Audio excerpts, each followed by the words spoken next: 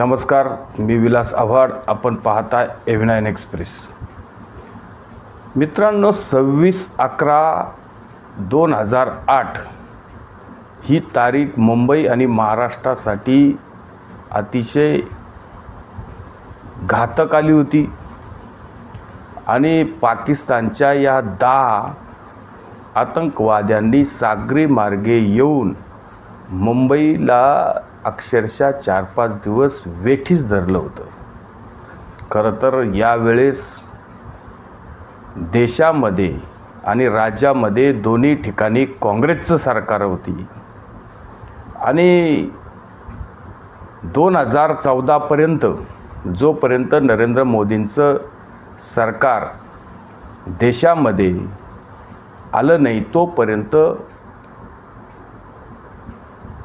कुठल्याही राज्यामध्ये कधीही बॉम्बस्फोट, कधी आतंकवादी हमला या गोष्टी अगदी सामान्य झाल्या होत्या. आणि त्यामध्ये जो मुंबईवर हल्ला, खरं तर हा पाकिस्तानचा भारतावर हल्ला होता आणि फार मोठा दहशतवादी हल्ला होता आणि याच्यामध्ये काही षड्यंत्र पण लपलेलं होतं. त्यावेळेस जर हा एक कसाब, हा एक आतंकवादी 10 पैकी 1 जर हा जिवंत सापडला नसता तर कदाचित हे काँग्रेस आणि ह्या काँग्रेसच्या बगलबाच्यांनी किंवा हे कम्युनिस्ट झाले किंवा पुरोगामी झाले, यांनी भारतीय जनता पार्टी आणि RSS म्हणजेच राष्ट्रीय स्वयंसंघ यांना बदनाम करण्याचं षड्यंत्रसुद्धा या आतंकवादी हमल्यातून करण्याचं ठरवलं होतं. खरं तर हमला झाल्याच हा भगवा आतंकवाद आहे अशा प्रकारच्या व्याख्या सुशील कुमार शिंदेंनी त्यावेळेस द्यायला सुरुवात केली होती. आता त्यामध्ये एक भर पडते. आता राज्याचे विधानसभेचे विरोधी पक्षनेते विजय वडेट्टीवार यांना कसलाही भान नाही, कुठलाही अभ्यास नाही. खरं तर अशा गंभीर विषयामध्ये जर आपल्याला काही माहिती नसेल तर आपण हात घालायचा नसतो, तिथं बोलायचं नसतं. काही गोष्टी बोलण्यापेक्षा न बोललेल्या बऱ्या अशा प्रकारे सोडूनसुद्धा द्यायच्या असतात. जनता पार्टीने ॲडव्होकेट सरकारी वकील उज्ज्वल निकम यांना इथं उमेदवारी दिली आणि त्यांच्यासमोर खरं तर काँग्रेसच्या वर्षा गायकवाड आहेत. आता हा सामना आहेत. पूर्वी या जागेवर 10 वर्ष स्वर्गीय प्रमोद महाजनांच्या कन्या पूनम महाजन इथं खासदार आहेत, पण यावेळेस त्यांना खासदारकीचं BJPने तिकीट दिलं नाही आणि या ठिकाणी उज्ज्वल निकमांना तिकीट मिळाले आणि हा सामना आहेत काँग्रेस विरुद्ध भारतीय जनता पार्टी. आता विजय वडेट्टीवारांचं असं म्हणणं आहे, आता यांच्यावर कुठला आरोप करायचा? तुम्ही भारतीय जनता पार्टीवर आरोप कराल, अजून कोणावर कराल, किरीट सोमय्यावर कराल, अजून नरेंद्र मोदींवर कराल, पण उज्ज्वल निकमवर कुठला आरोप करायचा? हेमंत करकरे साहेबांचा ती गोळी कसाबच्या बंदुकीतली नव्हती, कुठल्या अतिरेक्यातली नव्हती, तर ती गोळी एका पोलीस अधिकाऱ्यांची होती, RSS समर्पित. त्यावेळेस ते पुरावे लपवणारा देशद्रोही कोण असेल तर तो उज्ज्वल निकम आहे. आणि अशा देशद्रोहाला जर तिकीट भारतीय जनता पक्ष देत असेल तर मात्र हे देशद्रोह्यांना पाठीशी घालणारा पक्ष आहे का, हा प्रश्न येतो.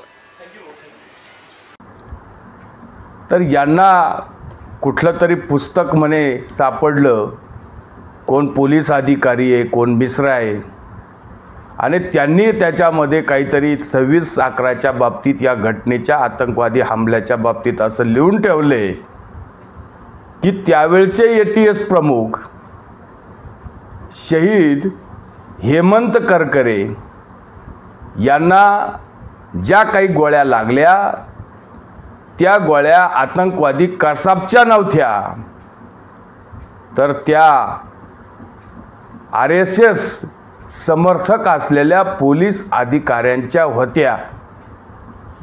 म्हणजेच कसाबच्या गोळ्यांनी स्वर्गीय किंवा शहीद हेमंत करकरेंचा प्राण गेला नाही, तर पोलीस अधिकारी किंवा आपलेच मुंबई पोलीस यांच्या गोळ्यांमधून ज्या काही गोळ्या सुटल्या त्यातून करकरे प्राणगत झाले.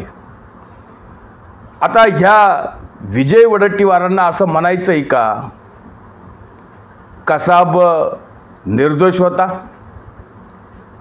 कसाबने करकरेंना मारलं नाही? म्हणजे हे जे काय आतंकवादी हमला आहे यांना क्लीन चिट देत आहे का विजय वडेट्टीवार? पाकिस्तानला क्लीन चिट देत आहे का विजय वडेट्टीवार? काय नेमकं तुम्हाला म्हणायचं आहे? आणि तुम्हाला RSS किंवा BJPवर जेव्हा आरोप करायचे तेव्हा तुम्ही पाकिस्तानला क्लीन चिट देता, ते पाकिस्तानची बाजू घेता. ते त्यावेळेस आपल्या इंडियन फोर्स मुंबई पोलिसांवर सुद्धा तुम्ही गंभीर असे आरोप करतात. तुम्हाला पाकिस्तानवर भरोसा आहे, तुम्हाला भारताच्या आर्म फोर्स किंवा मुंबई पोलिसांवर तुमचा भरोसा नाही. खरं तर संवैधानिक पदावर बसलेल्या या विजय वडेट्टीवारांनी अशा गंभीर विषयामध्ये काळजीपूर्वक बोलायला पाहिजे. आणि जर बोलत असाल तर त्याचे पुरावे सुद्धा तुम्ही दिले पाहिजे. उज्ज्वल निकमवांवर तुम्हाला आरोप करायचे, मग तुम्ही अशा पद्धतीचे आरोप करून नेमकं काय साध्य करायचे आणि काय लपवलं उज्ज्वल निकमांनी? की या पोलिसांनी गोळ्या मारल्या आणि त्यामध्ये हेमंत करकरे शहीद झाले.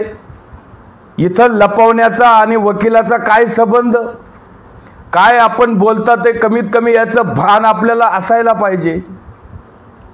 अशा प्रकारचं काँग्रेसचं हे सगळं हे बगलबच्चे आणि पुढारी नेते यांना आपला वैयक्तिक स्कोअर करण्यासाठी कोणत्या थराला जातील आणि काय बोलतील आणि देशाच्या सैनिकांना काय बोलतील, पोलिसांना काय बोलतील, सरकारला काय बोलतील, देशाला बदनाम करण्यामध्ये सुद्धा अक्षरशः काँग्रेसचे हे नेते मागे राहत नाही आणि आपले अकलेचे तारे तोडून मोकळे झाले. जर कोणी काही त्याच्यामध्ये लिहिलं असेल तर त्याला काय ऑथेंटिकपणा आहे, त्याच्यामध्ये किती जबाबदारी आहे, त्या कोणी पुस्तक लिहिलंय त्याच्याकडं काय प्रमाण आहे, त्यांनी या सगळ्या गोष्टीचा तपास केलाय का? आणि तुम्ही बाकी कोणाच्या तरी पुस्तकात काय वाचलं त्याच्यावरून तुम्ही भारतीय सैन्य दलातील पोलीस अधिकाऱ्यांवर शक करायचा, मुंबई पोलिसांवर शक करायचा आणि घाणेरड्या अशा राजकारणासाठी आणि फक्त एखाद्या देशभक्तांवर घाण ओकण्यासाठी वेगवेगळ्या प्रकारच्या असे आरोप करून आपलं जे काही नेचर हा काँग्रेसचा नालायकपणा दाखवण्यासाठी की काँग्रेस कशी पाकिस्तानी धार्जिणी आहे, काँग्रेसला कसा देशातले सैनिक झालं, पोलीस झालं, यांचं जे काही शहीदपण आहे त्याची सुद्धा किंमत नाही. आता आतंकवाद्यांनी हमला केला मुंबईवर, त्यामध्ये अनेक निष्पाप नागरिक सुद्धा मारले गेले, पोलीस शहीद झाले, सैनिक शहीद झाले आणि त्यामध्ये हे ATS प्रमुख हेमंत करकरे सुद्धा शहीद झाले. मग विजय वडेट्टीवारांना असं म्हणायचं आहे का की जर कसाबच्या गोळ्या लागल्या नाही तर मग हेमंत करकरे शहीद नाही झाले, कारण आतंकवादी हमला जर त्यांच्यावर झाला नाही किंवा आतंकवाद्यांच्या जर गोळ्या लागल्या नाही आणि जर कोणी दुसऱ्यानेच गोळ्या मारल्या असेल तर तो मर्डर होईल, आतंकवाद्यांच्या गोळ्या नसतील तर तो शहीद होणार नाही. म्हणजे तुम्ही शहीद हेमंत करकरेंच्या या सगळ्या देशासाठी त्यांनी प्राण अर्पले, आपले प्राण बलिदान केले, याच्यावर तुम्ही शंका उपस्थित करतात का?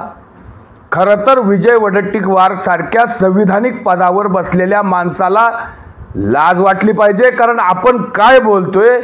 आपण देशाच्या सैनिकांनी ज्या ठिकाणी आपलं रक्त सांडलं त्यांच्यावर आपण शंका घेतोय आणि आपल्या या एक 4 मताच्या किंवा राजकारणाच्या पोळ्या बाजण्यासाठी आणि कोणाला तरी देशभक्ताचा देशद्रोही करण्यासाठी काहीतरी आपली जी वायस्फळ बडबड करायची. आणि उज्ज्वल निकम हे देशद्रोही होते. आता तुम्ही देशद्रोही म्हटले म्हणजे उज्ज्वल निकम देशद्रोही होत नाही. कावळ्याच्या शापाने ढोरं मरत नाही ह्या म्हणी आहेत. आणि आता काँग्रेसची परिस्थिती फार काही चांगली राहिली नाही. उगाच पंतप्रधान मोदी सांगत नाही की हे काँग्रेस आणि काँग्रेस येण्यासाठी पाकिस्तानमध्ये दुआ करतात हे लोक. राहुल गांधी पंतप्रधान व्हायला लोक प्रार्थना करतात, कारण मोदींनी पाकिस्तानचं सगळं आटापिटा बंद केलं आहे. आणि विजय वडेट्टीकरांना काय पाकिस्तानचं इतकंच प्रेम उतू चाललंय का? हा सुद्धा लोकांनी प्रश्न विजय वडेट्टीवारांना विचारला पाहिजे. ह्या लोकांना थोडीफार जरी जनाची नाही तर मनाची लाज वाटली असेल तर हे लोक आपल्याच पोलिसांवर अशा प्रकारच्या शंका घेणार नाही. आणि आपले घाणेरडे आरोप करून काय मिळवायचे? कोणाची बदनामी करायची आहे? देशाची बदनामी किती होते याच्यामध्ये? पाकिस्तानने हल्ला भारतावर केलाय आणि आपण म्हणायचं नाही पाकिस्तानने नाही केला, आम्हीच आमच्या पोलिसांना मारले. कमीत कमी लाज ठेवा, लाज बाळगा. आपण काय बोलतोय काय बोलत नाही. कसाबला फाशी झाली या कारणावरून की त्यांनी आतंकवादी हमला मुंबईमध्ये केला आणि आपण बाकी म्हणायचं कसाबच्या गोळ्या यांना नाही लागल्या. तुम्ही काय डिटेक्टिव्ह आहे? तुमच्याकडे काय ठोस पुरावे? खरं तर अशा प्रकारच्या या घाणेरड्या आरोपांची चौकशी या विजय वडेट्टीवारांची केली पाहिजे, कारण हे असे आरोप सोडून देणे लायकीचे नाही आहे. या आरोपांची चौकशी करून सदर यांच्यावर सुद्धा काही FIR सुद्धा दाखल केले पाहिजे, कारण हे बिनछेट काही यांच्या तोंडाला काही हाड नाही काय नाही आणि हे आरोप करून मोकळे होणार, तेव्हा कायद्याचा कुठंतरी वचक बसेल. अशा प्रकारचे आरोप करणाऱ्यांवर सुद्धा FIR दाखल झाल्या पाहिजे. इतकंच आपल्याला स्पष्ट करायचं होतं. तुर्तच थांबतो. व्हिडिओ आवडला असेल तर लाईक करा, शेअर करा. धन्यवाद.